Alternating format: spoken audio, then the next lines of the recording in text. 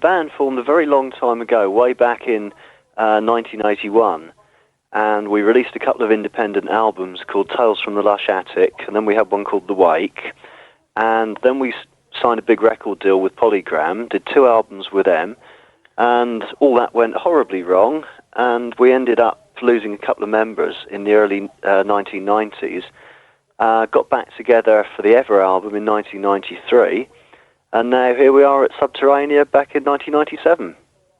Your new album, Subterranea, is a concept album, right? That's right, yeah. What's the story on the album? Okay, the story, it's, if you like, a sort of up-to-date Caspar Hauser story. It's about a character that, I mean, it is only a story. It's not a moral judgment on anything. It's a story about a character who's imprisoned as part of an experiment into sensory deprivation. And he's like kept in a completely confined space, absolutely no light, no experiences at all. And then he's just unleashed into the city, has complete sensory overload, has all these experiences, and eventually goes off in search of the people that imprisoned him and goes out to get them. And all the time they're monitoring him. Finally, they manage to trap him in a building in the final sequence in the track The Narrow Margin. But he manages to get away. But in the end, he realises it's all a bit much, and he willingly goes back into his confinement again. All of which is a lot clearer when you actually see the stage show. Would you consider this as a typical IQ album? No, it's not. No, I mean, this is an album that you only maybe do once in a lifetime. Most of our work is certainly not as conceptual as this. I mean, we have come up with albums where there's, if you like, a common theme running through the songs, but this is the nearest thing that we've done to, if you like, a sort of rock opera or complete show. And I don't think it's something that we would do in the foreseeable future again, which is not to say this one hasn't been very successful, because it has. I don't think you work very hard to get to the top of the pop list, because, you know, the songs are very long. There are a lot of tracks on the album. No, we're not really interested in that. We tried that when we were with Polygram. We had a number of singles which I thought were really quite good.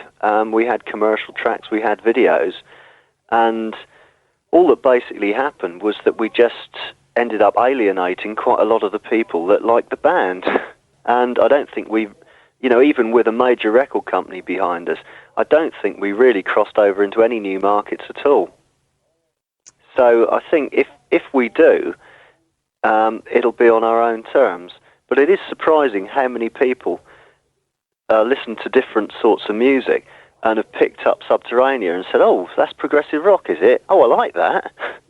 And have been really surprised that they like it. Do you think this album would have been shorter if it wasn't for the story on the album? No, we always intended to do 100 minutes of music. We always intended that this was going to be this absolutely epic work. I mean, before we ever had 100 minutes of music, we decided that this was going to be something that lengthy and that impressive. Because really, who else is doing it at the moment? You know, if people are sort of struggling for something new to do, well, we thought, well, the concept thing hasn't really been done properly by anybody for maybe 20, 25 years. Right. So it seemed like a really good area to go into and say, well, you know, we can make a really good job of this, and we've got no competition. And I think we did make a good job of it. Sure. How do you work to promote the album? Of course, you're doing a lot of interviews, but will you release a single of the album, or do you think that people have to buy the album and listen to the whole thing, you know, to get your point with the album, to put it that way? To be honest, we're not really geared up for singles. You know, in fact, our record label, I mean, we're up to 21 releases now, and we've never, ever released a single. And it's only very, very occasionally that people say, oh, you know, why don't you release a single? Because it is really a completely album-dominated market that we're working in. Yeah. And what we tend to do, if radio stations are interested, we tend to issue like an edited single just with tracks from the CD.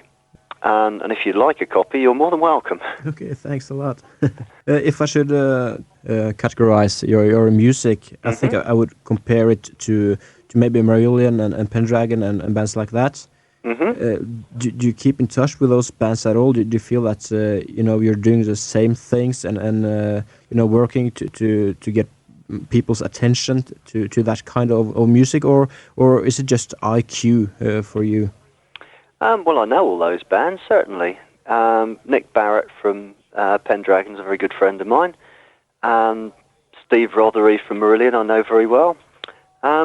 We don't really work together particularly closely, but we all know each other. We're all in quite regular contact. But, we're all trying to do our own thing within, I suppose, a roughly similar market. But in terms of if we're in competition with Marillion or if we're in competition with Pendragon, I don't think so, because each band just does their own thing.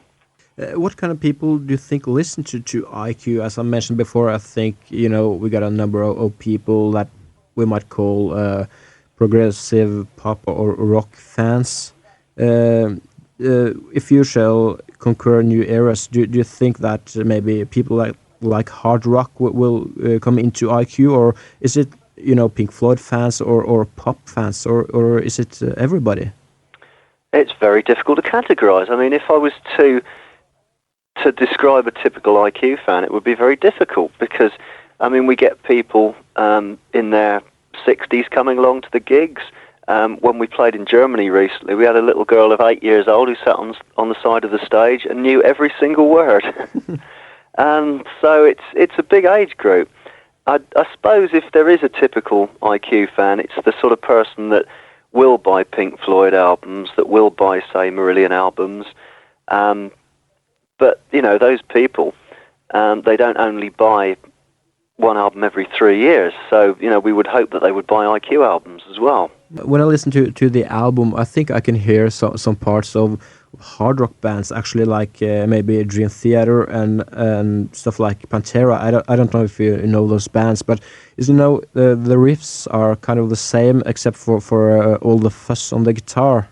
I mean, it's interesting that you should mention Dream Theater because although they're not a band that I know particularly well, I know that the drummer of Dream Theater, for instance, is quite a big IQ fan, and has been for some years. I've seen them a couple of times. I mean, I don't really know them very well, but I know that they were into IQ from a long time ago. So I think it's probably more likely that they took an influence either from us or from the same influences that we've got, and use that, which is great, Now you're about to go on a tour. You mentioned your stage set earlier. All is ready and set to go on a tour to promote the album now? No, we're actually going to leave it until next year. Okay. We're going to do just one long weekend of gigs in Europe. I think we've got one in Germany, one in Holland and one in Belgium in November. And really that's just an attempt, because it is such a big show, to see how we can scale it down. The only way we've actually done the show so far is by having a theatre, which we had use of for a whole month. And we were just able to set everything up and get everything the way we wanted it. We've now got to try and see how much of that we can take on the road. So we're doing this short weekends of gigs in November as, if you like, a tryout for actually taking the whole thing on the road big time in April. But it's a massive show. I mean, we've got video projection, we've got screens that raise on electric motors up and down, we've got moving lights. It's great. It's a big production number. Okay. It's a strange band, IQ, because we're none of us full-time musicians. We've all got careers in other areas.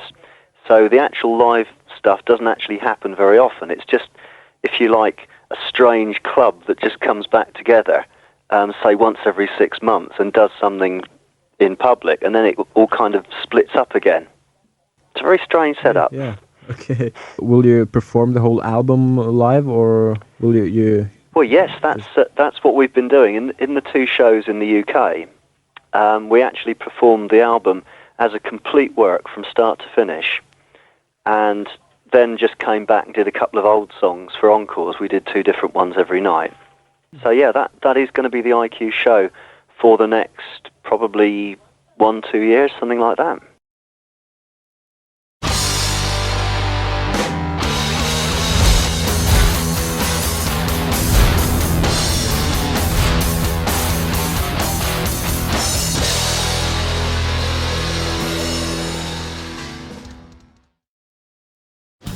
If you like the content we bring you about the heavy metal world, please like, subscribe, and comment to help us grow the channel.